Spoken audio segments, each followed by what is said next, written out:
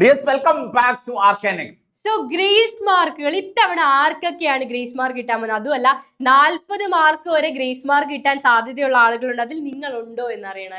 ഈ 40 മാർക്കിൽ നിങ്ങൾ ഉണ്ടോ എന്ന് നമ്മൾ ചെക്ക് ചെയ്യാണ്. നമ്മൾ ഓരോന്നിന്റെയും ഗ്രേസ് മാർക്ക് കറക്റ്റ് ആയിട്ട് ചെക്ക് ചെയ്യണം. മക്കളെ, കേരള സ്കൂൾ കലോത്സവം ഉണ്ട്. അതിന് എ ഗ്രേഡിന് 20 മാർക്കാണ്. അതായത് അതുപോലെ കേരള സ്കൂൾ ശാസ്ത്രോത്സവം, സംസ്ഥാനതല ശാസ്ത്ര സെമിനാർ, സംസ്ഥാനതല CV രാമൻ ഉപന്യാസ മത്സരം, സംസ്ഥാനതല Srinivasa Ramanujan memorial paper presentation, വാർത്താ വായന മത്സരം, Bhaskaracharya seminar, talent search exam, ഇതെല്ലാം സ്റ്റേറ്റ് ലെവലിലാണ്.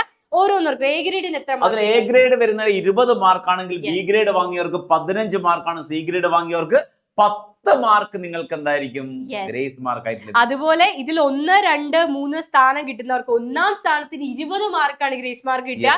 2ാം സ്ഥാനത്തിന് 17, 3ാം സ്ഥാനത്തിന് 14 മാർക്കും ഗ്രേസ് മാർക്ക് ആയിട്ട് കിട്ടും. അപ്പോ ഇത്തവണ എന്ന് പറയുന്നത് വളരെ വലിയ രീതിയിൽ A+ നഷ്ടപ്പെടാൻ സാധ്യതയുള്ള ഒരു വർഷമാണ്. അപ്പോ ഓരോ മാർക്കും ഇമ്പോർട്ടന്റ് ആണ്. ഇത്ര മാർക്ക് നേടിയെടുക്കുക എന്ന് പറയുന്നത് വളരെ വലിയ കാര്യം. ഒന്നാമത്തെ പ്രശ്നം എന്ന് പറഞ്ഞാൽ CBSE ലെവൽ ക്വസ്റ്റ്യൻ ആണ്. കഴിഞ്ഞ വർഷം നമ്മൾ +2 കണ്ടതാണ് അല്ലെ. NCERT ബേസ് ചെയ്തിട്ടുള്ള ക്വസ്റ്റ്യൻസ് ആയതുകൊണ്ട് തന്നെ എക്സാം ടഫ് ആയിരിക്കും. അപ്പൊ ഓരോ ഗ്രേസ് മാർക്കും വളരെ ഇമ്പോർട്ടന്റ് ആണ്. ഈ സ്ഥലത്തിലേക്ക് പോകാം. അപ്പൊ സ്റ്റേറ്റ് ലെവലിലുള്ള ടാലന്റ് സെർച്ച് എക്സാമിനേഷൻ സയൻസിനും മാത്സിനും സോഷ്യൽ സയൻസിനും ഒക്കെ നമ്മൾ ഈ പറഞ്ഞ അതേ ഗ്രേഡുകാർക്ക് അതേ മാർക്കായിരിക്കും കിട്ടുക കേട്ടോ മക്കളെ. അടുത്ത സ്പെഷ്യൽ സ്കൂൾ കലോത്സവമാണ്. എ ഗ്രേഡിന് 25 മാർക്കാണെങ്കിൽ ബി ഗ്രേഡിന് 20 മാർക്കാണെങ്കിൽ സി ഗ്രേഡിന് 15 മാർക്കാണ്. അതേപോലെ റെഡ് ക്രോസ്, നിങ്ങൾക്ക് ഒരുപാട് കുട്ടികൾ റെഡ് ക്രോസിലുള്ള കുട്ടികളുടെ എണ്ണം ഒരുപാട് കൂടുതലായിരിക്കും. 10 മാർക്കാണ് റെഡ് ക്രോസിൽ പാർട്ടിസിപ്പേറ്റ് ചെയ്താൽ നിങ്ങൾക്ക് കിട്ടുന്നത് അല്ലേ. അതേപോലെ സ്റ്റുഡന്റ് പോലീസ് കേഡറ്റ് ഉണ്ട്. 20 മാർക്കാണ് അതിൽ വരുന്നത്. സംസ്ഥാന ബാലശാസ്ത്ര കോൺഗ്രസിൽ പങ്കെടുത്താൽ എ ഗ്രേഡ് വാങ്ങിയവർക്ക് 20 ആണെങ്കിൽ ബി ഗ്രേഡ് വാങ്ങിയവർക്ക് 15, സി ഗ്രേഡ് വാങ്ങിയവർക്ക് 10 മാർക്ക് എന്തായിട്ട് കിട്ടുന്നുണ്ട് അല്ലെ. അതേപോലെ ദേശീയ തലത്തിലുള്ള ബാലശാസ്ത്ര കോൺഗ്രസിൽ പങ്കെടുത്താൽ 25 മാർക്കാണ്. സ്റ്റേറ്റ് ലെവലിലാണെങ്കിലാണ് എ ഗ്രേഡിന് 20, അത് ദേശീയ തലത്തിൽ നാഷണൽ ലെവലിൽ വരുമ്പോൾ 25. ഇനി വരുന്നത് സ്കൗട്ട് ആൻഡ് ഗൈഡ്സ് ആണ്. ഏറ്റവും കൂടുതൽ മാർക്കുകൾ കിട്ടാൻ 80% ഹാജർ ഉൾപ്പെടെയുള്ള പങ്കാളിത്തം നിർബന്ധമായിട്ട് ഹയർ സെക്കൻഡറി വിഭാഗത്തിലാണ് 25 മാർക്സ് ആണ് വരുന്നത്. അതേപോലെ രാജ്യ Puraskar, chief minister shield higher secondary വിഭാഗമാണ്.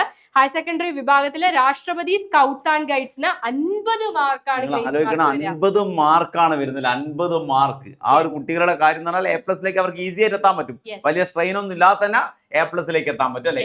ഇനി ഹൈസ്കൂൾ വിഭാഗം പറയുകയാണെങ്കിൽ 18 മാർക്ക്. അതേപോലെ രാജ്യ പുരസ്കാർ, ചീഫ് മിനിസ്റ്റർ ഷീൽഡിന് 20 മാർക്കും രാഷ്ട്രപതി അവാർഡ് വിജയികൾക്ക് 25 മാർക്കുമാണ്. HS വിഭാഗത്തിൽ 80% ഹാജർ ഉൾപ്പെടുന്ന പങ്കാളിത്തം നിർബന്ധമാണ്. അടുത്തത് NSS ആണ്. എനിക്ക് തോന്നുന്നു റെഡ് ക്രോസ് പോലെ ഒരുപാട് കുട്ടികൾ NSSൽ പാർട്ടിസിപ്പേറ്റ് ചെയ്യാൻ. അതായത് റിപ്പബ്ലിക് ഡേ ക്യാമ്പിൽ പങ്കെടുത്ത വളണ്ടിയേഴ്സിനാണെങ്കിൽ എത്ര മാർക്കാണ്? 40 മാർക്കാണ്. ഇനി ദേശീയ തലത്തിൽ ക്യാമ്പുകളിൽ പങ്കെടുത്ത NSS വോളണ്ടിയർമാർക്ക് 25 മാർക്കും കിട്ടും. അതേപോലെ NSS സർട്ടിഫിക്കറ്റ് ഉള്ള NSSന്റെ വോളണ്ടിയേഴ്സിന് ഇതൊന്നും ഇല്ലെങ്കിലും നിങ്ങൾക്ക് NSSന്റെ സർട്ടിഫിക്കറ്റ് ഉണ്ടെങ്കിൽ നിങ്ങൾക്കും 20 മാർക്സ്. അതുപോലെ ലിറ്റിൽ കൈറ്റ്സ് പോലുള്ളതിൽ പാർട്ടിസിപ്പേറ്റ് ചെയ്താൽ 15 മാർക്ക്. ലിറ്റിൽ കൈറ്റ്സിന് 15 മാർക്സ് ആണ്. ജവഹർലാൽ നെഹ്റു നാഷണൽ എക്സിബിഷന് 25 മാർക്ക്. ബാലശ്രീ അവാർഡ് വിജയികൾക്ക് 15 മാർക്ക്. ഇനി quiz competition. Kerala state legal service authority quiz കോമ്പറ്റീഷനിൽ പാർട്ടിസിപ്പേറ്റ് ചെയ്ത ഫസ്റ്റ് വിന്നർ ആണെങ്കിൽ ടീമിനാണ് കിട്ടുന്നത് 5 മാർക്ക് കിട്ടും. ആ ടീമിലെ എല്ലാവർക്കും അതേപോലെ സെക്കൻഡ് നേടുന്ന ടീമിലെ എല്ലാവർക്കും 3 മാർക്ക് കിട്ടും. അപ്പൊ ഈ ക്വിസ് കോമ്പറ്റീഷൻസ് ഒക്കെ വളരെ ഇമ്പോർട്ടന്റ് ആണ്. ടീമിൽ അംഗമായാൽ മതി എന്നുള്ളതാണ്. സർഗോത്സവത്തിൽ പാർട്ടിസിപ്പേറ്റ് ചെയ്ത് എ ഗ്രേഡ് കിട്ടുന്നവർക്ക് 15, ബി ഗ്രേഡ് കിട്ടുന്നവർക്ക് 10 മാർക്കും ഗ്രേസ് മാർക്ക് ആയിട്ട്. സദേൺ ഇന്ത്യ സയൻസ് ഫെയറിൽ 22 മാർക്ക്. ആദ്യം 3 സ്ഥാനക്കാർക്ക് 22 മാർക്ക് കിട്ടും. കുട്ടികൾക്ക് അറിയ പോലുമില്ല ഈ കാര്യങ്ങൾ. ഇനി വരുന്നത് ഏറ്റവും ഇമ്പോർട്ടന്റ് ആയ ഏറ്റവും കൂടുതൽ മാർക്ക് ലഭിക്കുന്നത് NCC ആണ് അല്ലെ. 40-30 മാർക്കാണ് NCC-ക്കാർക്ക് കിട്ടുന്നത്. ആർക്കാ 40 നോക്കാം അല്ലെ. റിപ്പബ്ലിക്കിലെ പരേഡിൽ ക്യാമ്പിലൊക്കെ പങ്കെടുത്ത അല്ലെ. അതേപോലെ Thal Sainik camp, all India നാസൈനിക് camp, all India Vayu Sainik camp, SPL NIC youth exchange programme, ഇതിലൊക്കെ പാർട്ടിസിപ്പേറ്റ് ചെയ്തവർക്ക് 4 മാർക്കാണ്. കാരണം 40 മാർക്കാണ്. അതിന് അവർ പ്രത്യേകം പറയുന്നുണ്ട്. എന്തുകൊണ്ട് ഈ 40 മാർക്ക് കൊടുക്കുന്നു എന്ന് വെച്ചാൽ ഈ കുട്ടികൾക്ക് പരിശീലനത്തിന് 2 മുതൽ 3 മാസം വരെ ക്ലാസ് നഷ്ടപ്പെടുന്നുണ്ട്. അതുകൊണ്ടാണ് വെറുതെ കൊടുക്കുന്ന മാർക്കല്ല. അവർ അത്രയും സ്ട്രെയിൻ ചെയ്യുന്നുണ്ട്. 2 to 3 months പരിചയത്തിന് പോയി കഴിഞ്ഞാൽ അവർക്ക് ക്ലാസ് നഷ്ടപ്പെടും. ആ Yes. ടോപ്പിക്കൊക്കെ കോമ്പൻസേറ്റ് ചെയ്യാൻ ഒരുപാട് സ്ട്രെയിൻ അനുഭവിക്കുന്ന കുട്ടികൾ.